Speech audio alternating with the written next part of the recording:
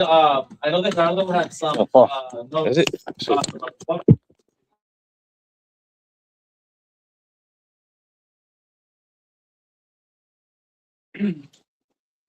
First off, I want to thank Jorge for writing this. I think that I don't know, it just came out, so I'm sure a lot of you haven't had a chance to delve right into it. And you don't even have it out yet.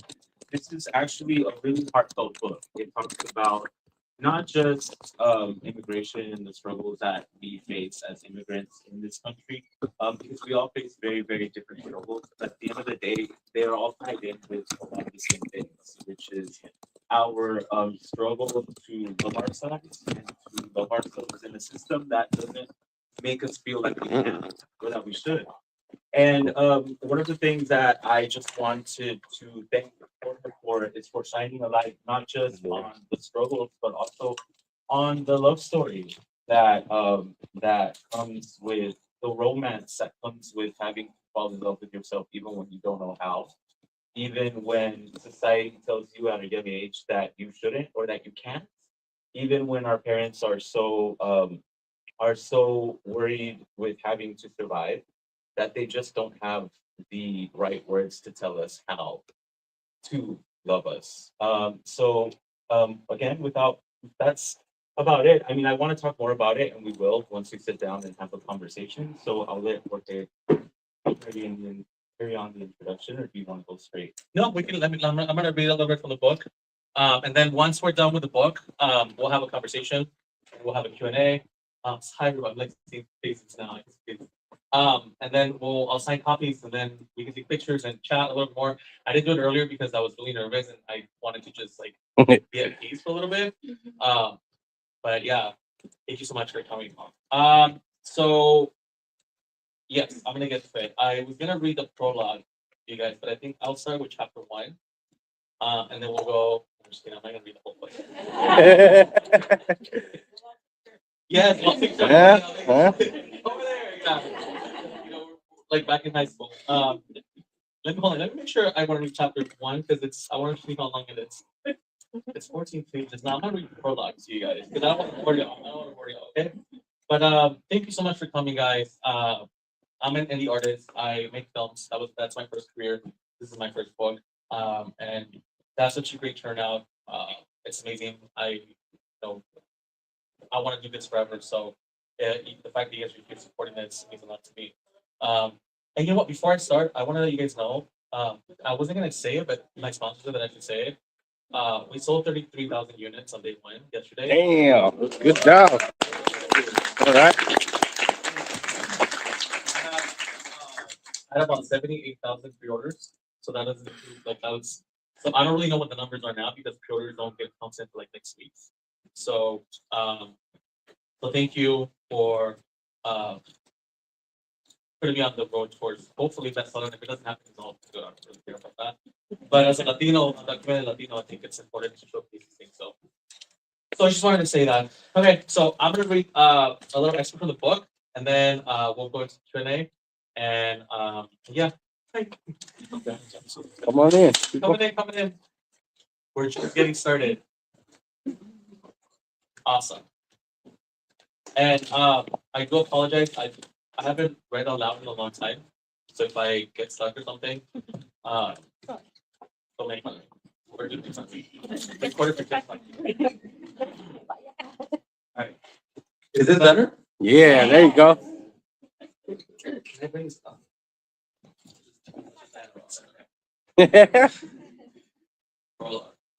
I've always thought of myself as someone who, although it sits between two worlds, is always met with Aqui, neither from here or from there. Born in Mexico and brought to the United States when I was 9, just old enough to understand that I was now an outsider in a place that would never truly see me as one of its own. It wasn't just a feeling, it was a reality. I wasn't completely Mexican, but I wasn't American either. For much of my life, I was a child without a home, on the liminal space between two identities, unable to fully claim either. The truth is, that sense of otherness never fully went away. It has followed me throughout my childhood and well into my adulthood. If I ever quite fit in anywhere, I have carried that weight with me for years. Navigating my life in the US as a young immigrant with the added pressure of being an upper recipient only made that feeling even more intense. The world around me moved forward, but I wasn't just. Can you hear me? Okay. The world around me moved forward, but I wasn't just out of reach, stuck in a space between doors. Sorry, let me start it again. The world around me moved forward, but I was always just out of reach, stuck in a space where doors were closed to me before I even had a chance to knock. If I'm being honest with myself, the most profound struggle wasn't about borders or identity. It wasn't about feeling misplaced or unheard. It's about love, or rather lack of it.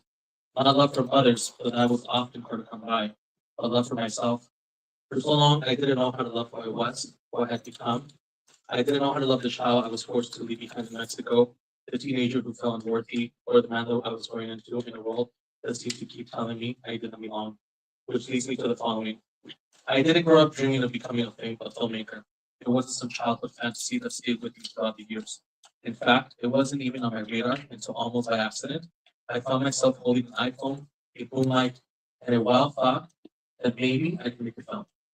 Realization was born from that impulse. Shot on $100 budget with no formal training, no crew, no experience, just a passion for storytelling and the belief that I could somehow make something that felt real. It was messy, it was raw and uncertain, but it was mine. Somehow, I was enough. The more I created, the more I realized that filmmaking wasn't just about work. It wasn't about creating something good or successful. It was about giving pieces of myself to the world, about allowing people to see parts of me I had spent years hiding. Each frame was an opportunity to open up, to let down my guard, to embrace my messy, vulnerable, and perfect parts of me that I had never known how to love. With every story I told, I found myself loving the process more, loving the art of telling a story more. But more than that, I found myself learning to love who I was. I was becoming the version of myself that I always dreamed of, but I didn't know how to find. But there was a time before all of that, a time where I wasn't sure if I even wanted to keep going. A time when I felt so lost and trapped by everything that seemed to be working against me that I believed the world would be better off without me. There was a night, a dark moment when I tried to end it all. It wasn't just about the external battles I was facing, the obstacles in my path. It was an internal battle, a battle with my own worth, my own sense of purpose. A part of me didn't know how to keep going when I felt like everything I wanted, everything I dreamed of was out of reach. When every door seemed to shut before I could even knock. But in the darkness, something like unexpected happened. I found love, not a grand, heroic love, but a quiet, fierce love for life, for my life. In depth of despair, I found the strength to realize that I wasn't just surviving, I was living. I wasn't just existing, I had something to offer to the world. I realized my purpose wasn't to endure, but to create. I had to love inside of me, and I needed to let it, I had love inside of me, and I needed to let it out to share it with the world. That love became my driving force. When people talk about my rise as a filmmaker, about the awards, the film accolades, and the recognition, they often see only the surface. They don't see the struggles behind every film, the countless hours of doubt, the nights spent wondering if I was crazy for pushing forward, for breaking the rules, for telling stories that the industry wasn't ready to hear. They don't see the moments of questioning, the fear, and the times when I thought I couldn't keep going, when I thought I was out of my depth. But through it all, there was love, the love I had for the stories, the love I was beginning to have for myself, and the love I felt for the people who trusted me to tell their stories. Every project from Valentina, with its $500 budget, to Lolita, with its $350,000 budget, was an act of love. The vulnerability of each film reflected my own vulnerability. The rawness of every story mirrored my own struggles, my own battles to belong to love and to be loved. People didn't see the nights I spent alone, doubting myself, wondering if I was crazy to push forward. But I kept going. Love is a strange thing. It's not always pretty. It's messy, painful, and sometimes it feels unreachable. But love is also the thing that pushes us forward when everything else is telling us to stop. It's the force that keeps us going when we feel like we have nothing left. For me, love is what carried me throughout, what scared me throughout. Even when the odds were stuck against me, love was there. Love was there, woven into the rawness of my work and in the vulnerability of each frame. This book is about that journey, the one that began with a dream, an iPhone, and the unshakable desire to create. It's about the struggle that shaped me, the love that I found for myself, and the stories that continue to tell. It's about the people who inspire me, the lessons I learned, how despite everything, the pain, the setbacks, and the darkness at a point, fueled by what? Love. And I hope that by reading this, I hope that you by reading this, you'll understand that if I, a kid from Mexico with no formal training to make it in this industry, then maybe there's hope for all of us who are still fighting to be seen.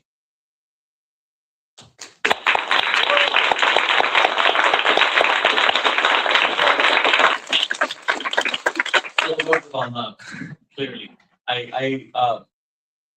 It's crazy because when you're writing a book, you go through all this editing process, and and it's not you read it out loud. It feels sort of repetitive, but it is what it is what really I am. I have nothing but love for people, and I'm not ashamed that I wrote it more than 20 times in my prologue because I approach everything with love, and I think that um, if people if people practiced more love, we'd be a better society. Unfortunately, people don't care. So I hope that when they read this, they might understand where I'm coming from. They might understand where there's been times where I decided to dismiss myself instead of staying in the place just to feel comfortable, you know? Um, because out of that self love, I learned to just embrace um, my solitude or my darkest, even my darkest moments, my winnings, everything. Because there's it's more than that, if that makes sense. It's more than that. It's just love makes everything better. I'm not trying to be more, by the way. No. Yes, you can do that on your own, but I do want to. We're gonna have a conversation with my good friend Gerardo, and you take it away, Gerardo. Let's go. Yes, we can. Yeah. Or do you want to? But I don't know if they. Can we pull the mics all the way over there? Yeah. Yeah. To the seats. Yes. Yeah. We absolutely.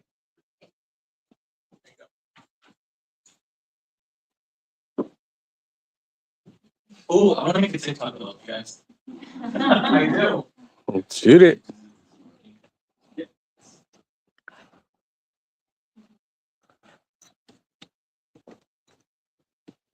All right, so let's get into this. This is actually a really beautiful book. Um, the first thing I'm going to ask you is just kind of like a one-on question. Here's going, but at the end of the book, you mentioned that the throughout the book, as you were writing it, there were moments where you would break down. There were moments where you felt like you were healing. There were moments where you felt like you were grappling with a lot of the things that you had grappled with before. What was the hardest chapter for you to write? Um, well, the whole book as a whole was really difficult because I had written a book about 7 years ago called Zero Fucks Left, and it was like this angry book, and I was like outing people, not outing people, like I had changed the names, but I was like discussing people that had been really shitty to me throughout my career, my life, and then after I got married, that's when I was like, why am I doing this? Like, why am I doing this? So I started to do rewrites and I started to just eventually put the book away. And I started focusing on writing a book about love. And doing that, coming from a place of anger, was very difficult because I wanted to just shit on people. I was like, look, but um, part of realizing that it's not really worth it because then I'm giving attention to other people and whatever, not getting into that. But I just decided to rewrite everything again from the perspective of my identity and where I came from and how through love, with love, I've been able to move forward. And that was very difficult because I meant I had to be completely normal and put things in the book that I hadn't even discussed with my husband, you know? Really? Yeah. You hadn't even discussed with him? No. Some of those things? No. What chapters were the ones that caught him by surprise? I don't. I think as he keeps reading, he just keeps telling me, you know.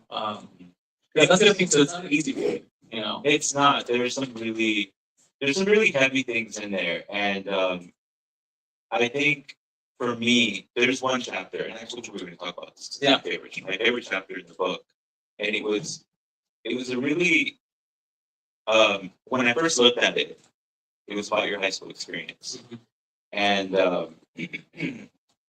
and when I started reading it, I was expecting just what you don't really hear from people as teenagers. Yeah.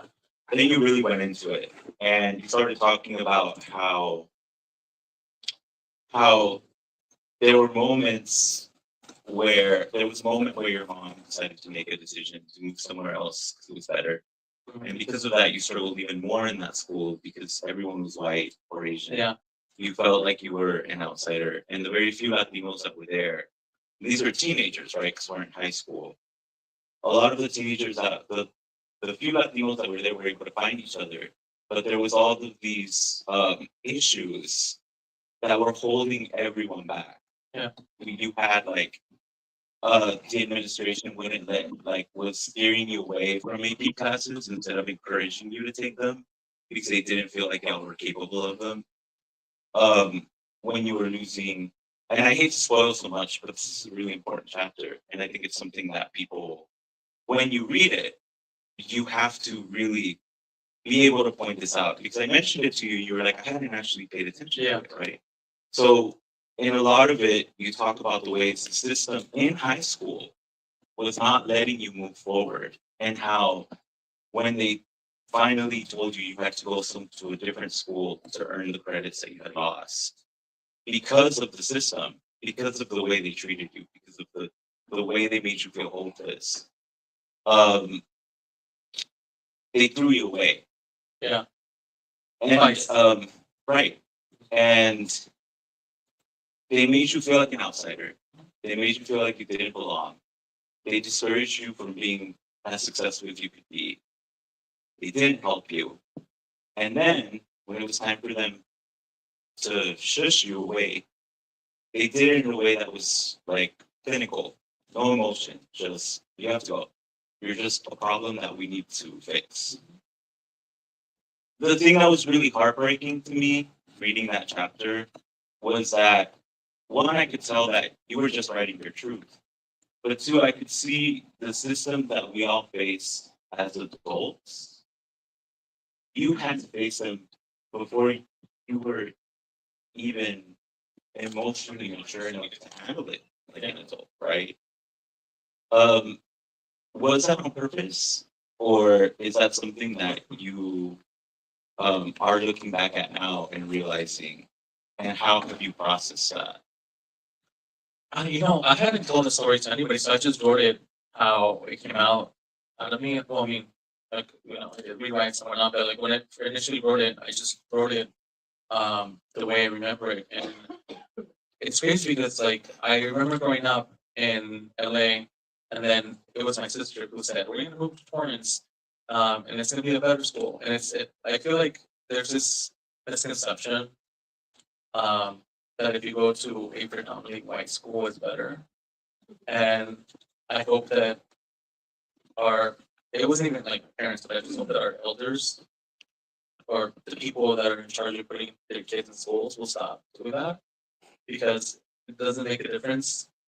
You're going to succeed whether you want or not because it's your kid, not, their surroundings. But first of all, that was the first thing, right? It's a better school. And then, being there, because I was Latino, they put me on all these ESL classes, even though I didn't need to. And I'll never remember the counselor saying to me, we have to send you to a continuation school, otherwise, you'll probably not graduate and you'll end up working for a waste management company picking up trash. And I was like, that'd be cool, because I knew that I was undocumented. There was no way I could even aspire to that. But if I could, I'd be okay with that because that means that we would have a job. So you see how the mentality is so crazy, right? Yeah, I think that it was so heartbreaking to me, particularly because it was just a precursor of what you were going to face as an adult. And you had to face it at a young age, at an age where most kids are just worried about Their questions and their crush. yeah, Yeah. or like, going through puberty, that's a whole story. Like, going through puberty is already hard enough. Yeah. You're fighting your parents, you're fighting your teachers, you're fighting yourself.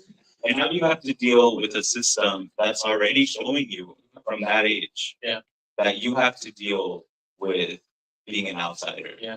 Because you don't even have the capability. You might have the capability, but you don't have the possibility to be more than what they say you can be. Yeah, and I love that they sent me to appreciation school because that's where I discovered Shakespeare and politics. And my high school teacher and principal were just here right now, and they have to go. But I was telling them how uh, we used to debate about the Bush administration, and obviously let's bring it back. Let's bring it back. But no, I learned values in appreciation school. I learned about that I could be a writer, that I could be anything I wanted. Curtis Cherry High School is the reason why I ended up in law school because I wanted to be an attorney. And then after I graduated, I became a filmmaker. And it's and I say that this happened twice because I don't know exactly how many years later, but my niece, the same counselor, tried to do the same thing to her, and I stood up for her. I was like, well, now you have to face him.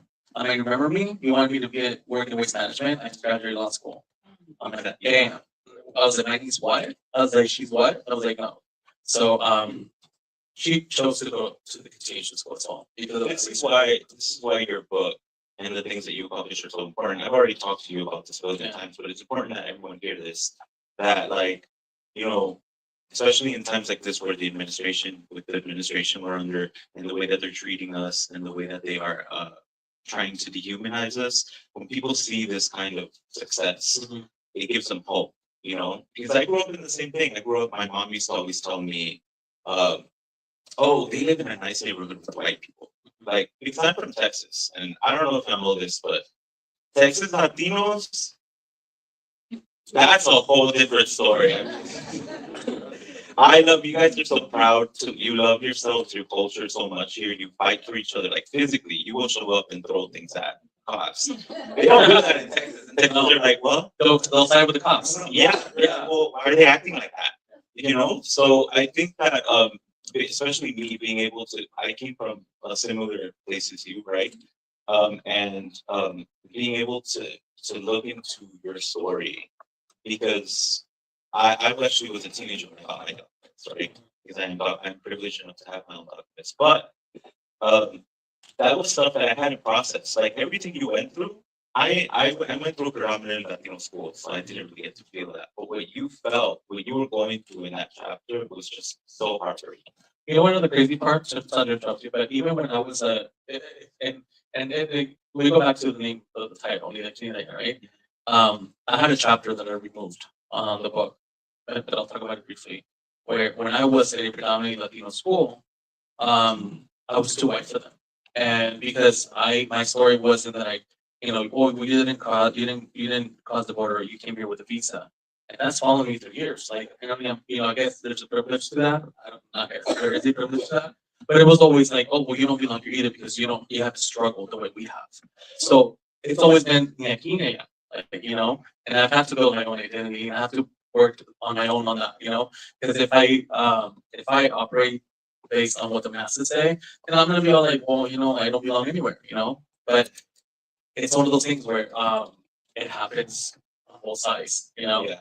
And another example, like you look into all these lists about like bestseller lists and this and that, and I mentioned this because I was talking to a publisher, and they're like, "Well, that's amazing. That's like 100,000 copies, but to be a bestseller, you need to sell at least 500,000."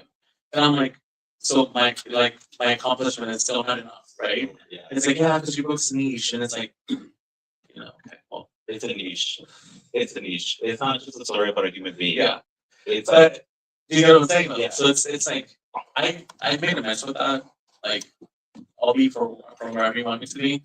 And the title was more sarcastic now to me because I don't care.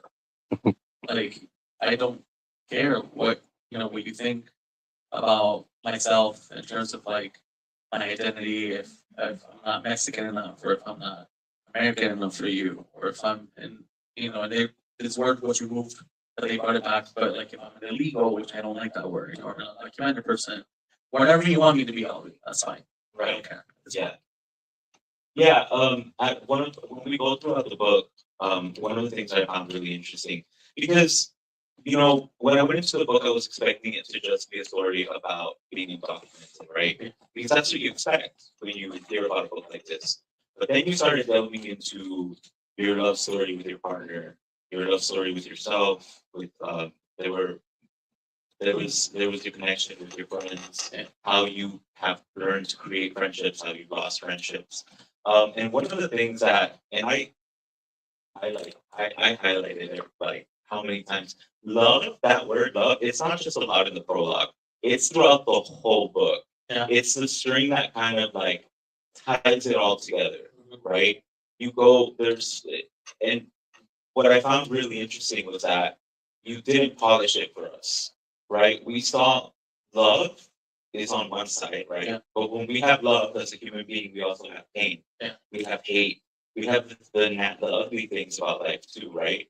And because you spoke about love, you also spoke about the ways in which you inflicted pain upon yourself, even when you inflicted it on others, when others inflicted it on you, the way that you internalize hate for yourself, but also the way you loved others and the way they loved you and the way that you loved them. Yeah. Why was it? And it was raw. I mean, he went in and you told us about the some of the darkest places you've been, right?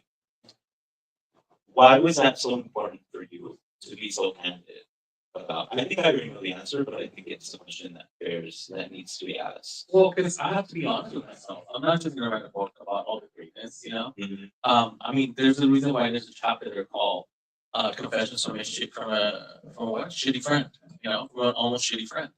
And I talk about how I've been the problem in friendships. I talk about how me growing up with the idea that friendships don't really exist, which is false. Friendships do exist. But growing up with that idea made me create this like wall to the point where I mess up friendships, you know? And I still do it sometimes. I catch myself and I have to stop. And then I'm like, hold on, you know, like, yeah, sorry about that. Or, you know, I call myself out.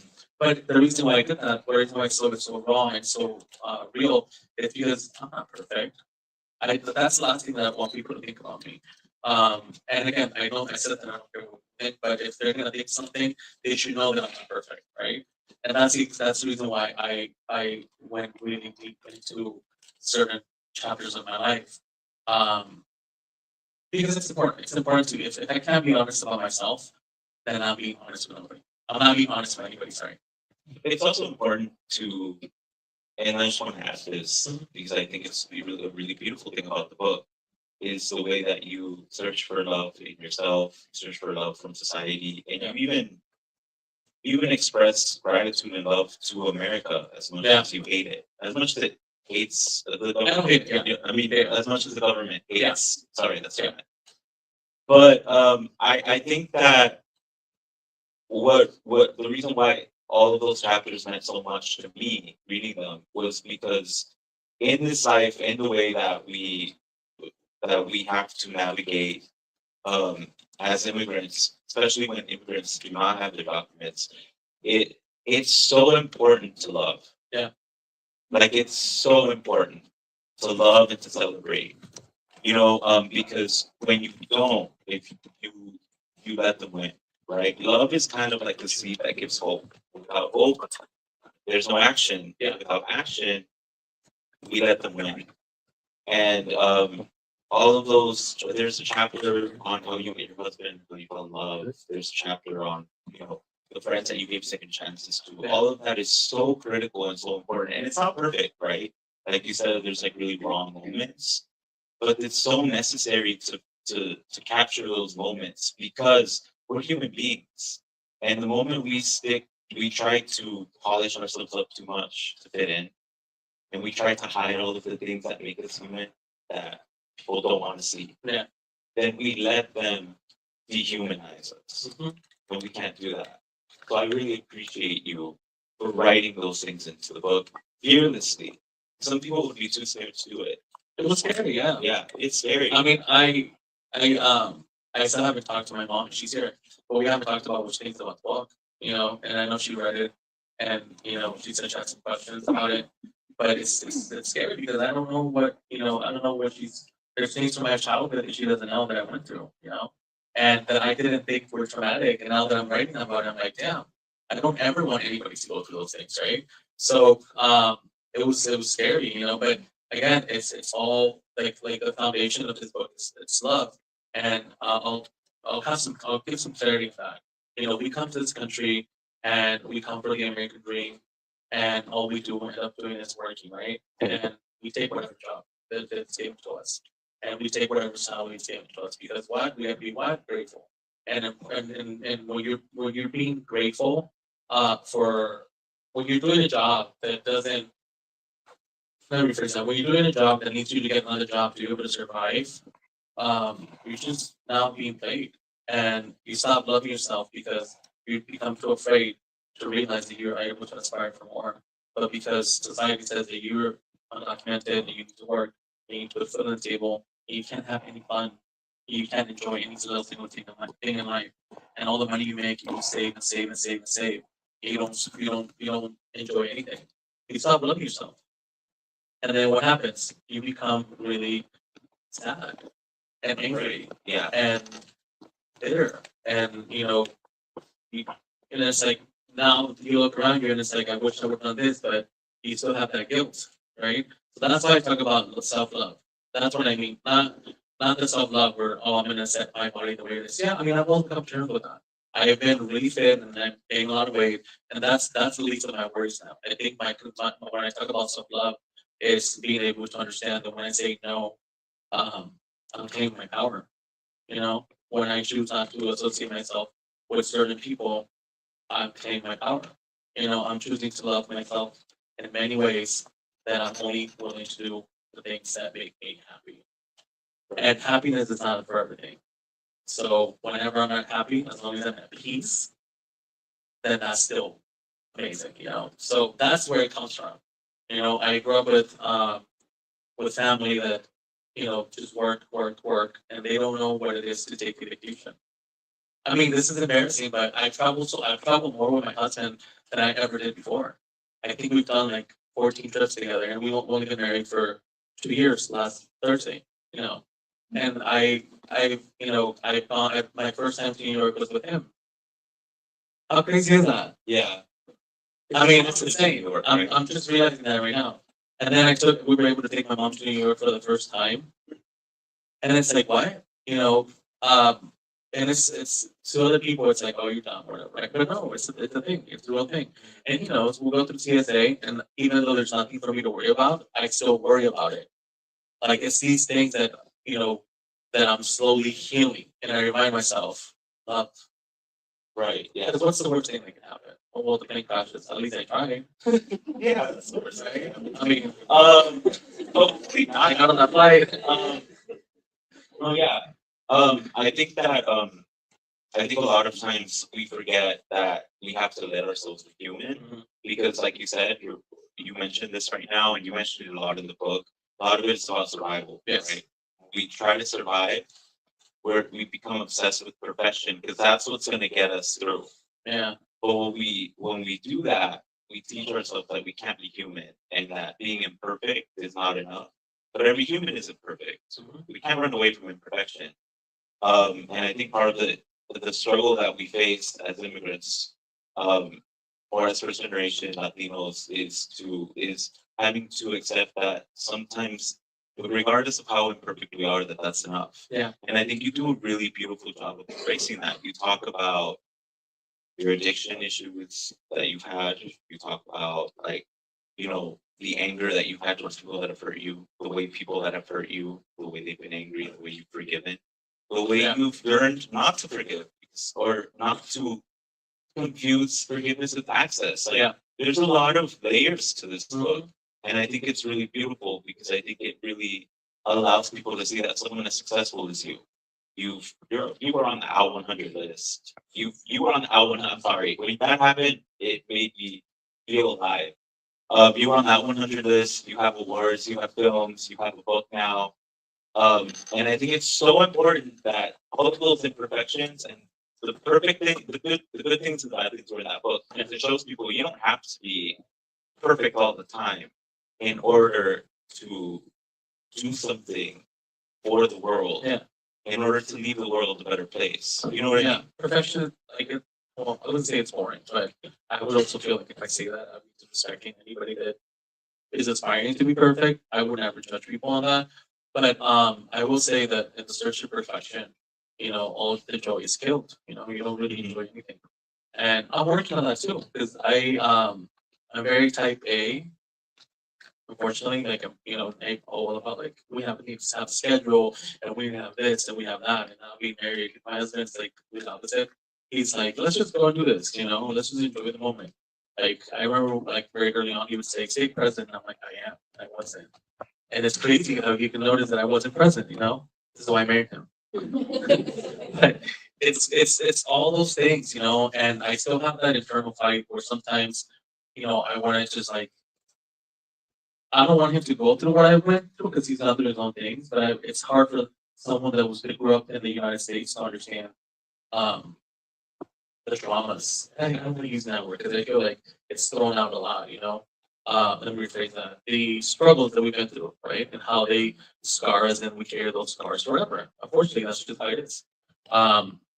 But love has been made. Circle back. So, we have time for one more. Yeah. So Yeah, we have a lot of time. okay. I was like, I don't know. We're You here told me till- 30 we're minutes. here So till like, 8 but so my last question or my last two was like because it's really important to give you like the stage to communicate this. Like, what was your dream when you wrote this, and how do you want it to? What do you hope that it'll do for people? Um, honestly, I now that okay, so I did I have like I did my film right now always in like select theaters, and we did this whole tour in a bunch of cities. And I was meeting a lot of actor recipients, and I was meeting a lot of people, um, but, for the community and stuff. And you hear the stories how they resonated with my film, but how but it's a little sad because like to resonate with so much like pain. My film to me was like I know other filmmakers be like, oh my god, that's amazing. Or to me, it's like that's sad. Like I'm sorry that you've gone through that stuff. You know what I mean. Yeah. So Oh yeah. so I didn't. I mean, the book and the film, my film are not like usually exclusive together. Like they're not. But it's weird because timing works really weird. And if there's one thing that I can hope people get from this, or my dream, would be that they find love. Again, I know I keep saying that. It sounds like I'm gonna sound like cliche, but like you can take over the world if you believe in yourself. Like if you believe in yourself enough to know that you can do something, right? Um, and but all that comes from interior work, like work within. It comes from discipline. And when I talk, I like to spend a lot of time. But when it comes to like choosing peace over like other things, I would always choose like peace a lot. And again, it's something cliche, but maybe when you read the book, maybe you'll understand something different. But my dream is that everybody understands that they're unique. Because that's the other part of it. There's a very important chapter that talks about that. You spend all your life trying to become something to please others. When you're there, like you're such a gem yourself as it is. People will be crazy not to want to mess with you. Not mess with you, like that's the wrong word. Not to want to do business with you or be involved with you, right? Because we're also unique in so many different ways, and that's what I think that I want people to get out of this. Um, but we'll see. People will eventually tell me. I hope that they see the subtext of everything, which is not so much the struggle, but the aftermath of being able to like do something that is fabulous. It's beautiful. Thank you for writing it. I actually, yeah, I was one of the, I was talking to your, what is the camera girl? So I was talking to her, and You guys hired Yolo. She's amazing. yeah, we were talking about that. Well, because yeah, I think it'll teach people to love themselves, but I do think it'll teach people to hope. I think that they'll learn to hope Yeah. because I think that we become so obsessed. Like again, this is gonna come up all the time, but like survival, we get so obsessed with survival that we forget that we have to, that it's okay to be human. There's a lot of moments where you're human in this book, where you allow yourself to just be human and show your scars and show your pain. I personally just want to thank you because like when when you told me the book was going to be published, when you got on the Out 100 list, I already told you this. I don't think it's really hit you, but I was going through a really heavy time because I was crying a lot and I was really depressed because of everything going on in our community. And when I saw you reach those milestones, something I had stopped working on the podcast so much, I was starting to give up. I'm not gonna lie, I was really trying. I was going out to have to escape from the feelings that I was feeling. And if there's one thing that I want people to take from this book, is to remember that even in the darkest times, with everything going on in the world, he's proof that we can be so successful. I mean, we can be on the red carpet, on the Out 100, at the Out 100 gala, next to Goechi. You know what I mean? Tochi. Oh, I forgot. I don't even know her surname. But yeah, like we can do that. We can do that. You know what I mean? I think that that's something that I just wanted to make sure that everybody hears because when I saw that, I was like, whoa, wait, no, wait, I can still do this. Yeah. And I started working, I've been working nonstop for the past 2 months because I love you. And I want you to know that you helped me a lot. So I think there's a lot of kids here, there's people here, there's older people, younger people, people of all ages. And a lot of us need to hear that. A lot of us need to see this. Yeah. So thank you. Well, thank you. And I pay attention to everything, and I know you had told me that you were going through it, and I remember, yeah. But that's the reason why I also like asked you to do this because I wanted you to know that you can, and I wanted you to know that I wanted you to know that I just want to ask like, I want you to do this because I'm gonna be in this podcast, but I also feel like you know if there's one thing I can ask for in the last, because it'll be 10 years next year that in film industry, and I done so much despite what people think. I mean, I'm not gonna get to it, but I wish I had someone that would tell me from the beginning you can. It's been exhausting having to constantly tell myself that I can. And I'll continue to do it even though it's exhausting. But it's always good to have community remind you that you can do things, right? Yeah. So that's the reason why I was like, you know, I want you to do this, and the whole time, I know you could, Yeah, I mean, I was like, oh my God. guys, it was like it's been hilarious this whole process. What's your birthday? And then it's like a book thing. It's your first book, and then everyone's here like looking at me. I completely It was stressful. I know it's my birthday, but to me today has been about the book, right? And even my husband said the cake's here. I'm like, oh, he's like your birthday cake. I'm like, no, it's like the book cake. He's like, I was like, I guess it's both, but I don't know. I'm like, I just, but no, that's fine, and I know that there will be probably a time where I'll be in that position, and you'll come out and tell me that I can't do it because we forget these things. No, for sure. Yeah, Course. I don't know. It's crazy. Listen, we live in such a crazy tangent now. We do. So let's open it up to everyone. If anybody has any questions or anything like that, or any statements, critiques. You did. You tell Yeah. You raise your hand. Okay. Yeah. Ella primero que lo. So, Oh. well, first of all, congratulations, Thank Jorge. you. I think it's I've read the book, and I think it's very intimate, and you do show a lot of vulnerability, but it's very very honest.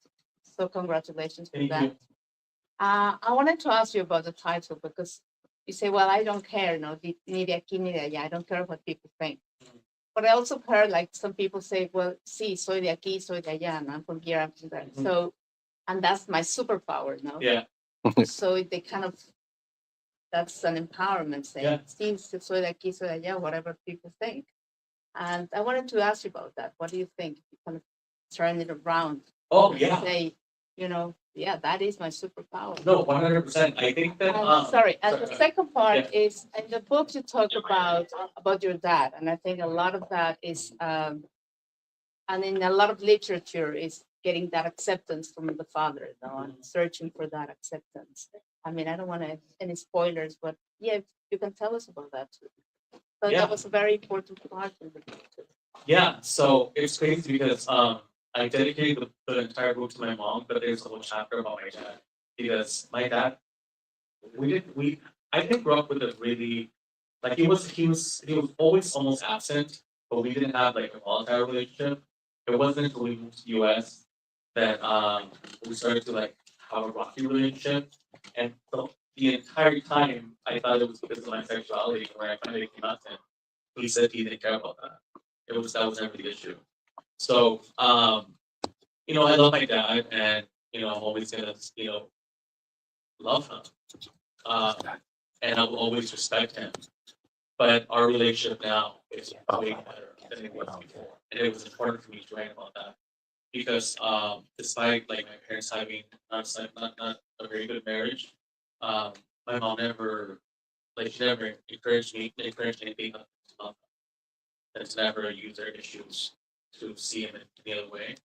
But yeah, no, he couldn't be here with us today because he got stuck working. Uh, because he told me like I should start a new job, so I can't make it, But I was like, it's totally fine that it's that guilt, that I talked about, the guilt and stuff. But um, yeah, he means a lot to me, and I'm glad that we were able to fix that.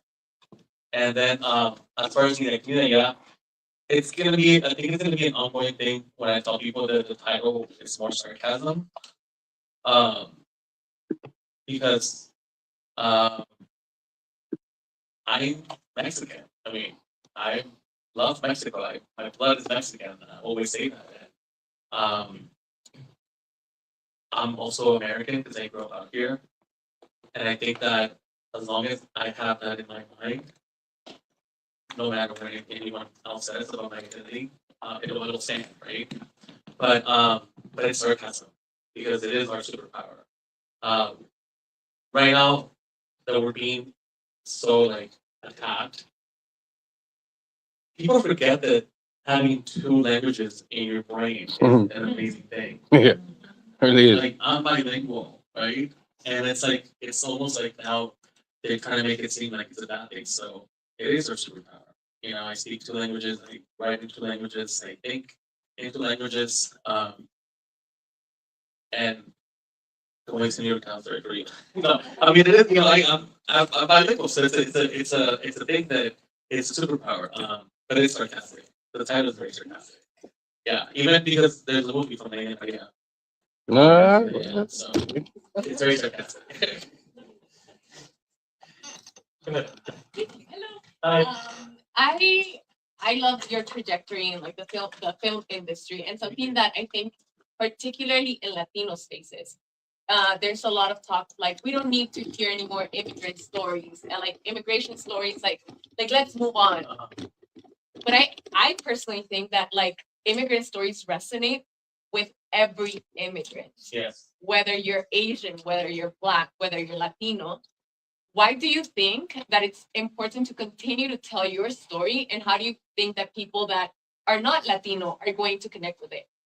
Well, I can continue telling these stories because it's my voice, and it's going to be a point of view that nobody's never gonna have the same. Because again, we're all so different. My point of view is going to be different from yours, and I think that's what it's going to allow me to either connect with audiences or having disconnect. Because you have to remember, every time people like Hollywood, particularly when they talk about immigration stories, they think that immigrants are only Latinos. It's like this misconception. And what they're really saying is that they don't want to see Latinos in media, right? Because they equate immigrant means Latino, which means Mexican. And it's like this like little thing, right? So I've only done I think 2 films about immigration. And they weren't even like centered on immigration, but it was about immigrant parents.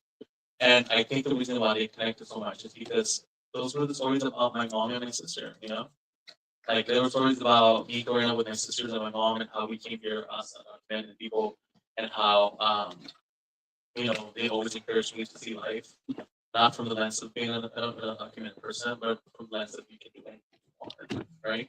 So it's important that we continue telling these stories, but it's more important to learn how to shut out background noise because people are always going to have an opinion. I mean, I just had a talk with a programmer at a really big festival. They were like, we can't do your film, blah, blah, blah, blah, but we encourage you not to make another film next year. That talks about struggles. Make something more family oriented. You know, like we have our eyes on you. You're the next festival name kid. You know, I'm not gonna name festival. You know, they said that to me like 4 times already. And I made films about family. I made films about women. I made films about queer people. I think what they mean is that I need to make a film about religion that has a leading man that's not Latino, because that's what they're seeking now. But that's not who I am. I'm neither religious nor am I straight. So it's hard for me to like try to do something like that. But yeah, learn how to just shut the background noise and just continue telling your stories. That's important. I'm gonna be honest, I never thought that the book was gonna have such a turnout. I've been making films for like 10 years and it's still difficult. Like I made 8 films now and it's been very difficult. And one day I want to make a documentary about the differences, how they treat me different as an author than they treat me as a filmmaker. I mean, it's insane. It's completely insane. I don't understand. I don't understand why, but yeah, keep your voice, keep doing your thing, and don't let anybody tell you otherwise. You know what? I just wanted to point out, you met me when I started my first film, remember? Yeah. Yeah, when I had my phone 10 years ago, right? Yeah. And that's crazy. So I just want to say that. It's so crazy. And you're here right now. Listen, I think we met at a train station. She was the last station. It's insane. Okay, yeah, sorry. I just remember that. Sorry. Next question. You know what? You know what? I want to say. Yeah. Hey, thank you for publishing the book. The title is really relatable. There's a lot of Mexican Americans, a lot of Chicanos out here that feel like that. Like, yeah, Aqui, Yeah. de Mexico, yeah, over here in the United States too. You know, like when you know. So just that, you know, and then what you do with the filmmaking, like that's pretty powerful, man. That's your inspiration, man. That's all I gotta say. Yeah, yeah, Appreciate that yeah, yeah. so much. Yeah, sorry. Hi, what made you want to write this book? Find I your seat read so much. like I mentioned earlier, and it was a very angry book. It's a book that just was. I was just really angry when I wrote it. But mainly the reason why I decided to move forward with it was the dates that started happening. And I had already started writing the book, by the way. And it's not I started writing in June. But I started to put more time into it. I said, I think this needs to come out this year because my community is being, my Latino undocumented community is being targeted. And, you know, I want them to know that there's hope out there. I want them to know that despite what they're portraying us to be, we are, the immigrants are the heroes of this country. And I'm not calling myself a hero at all. I'm not. But there's a sort of line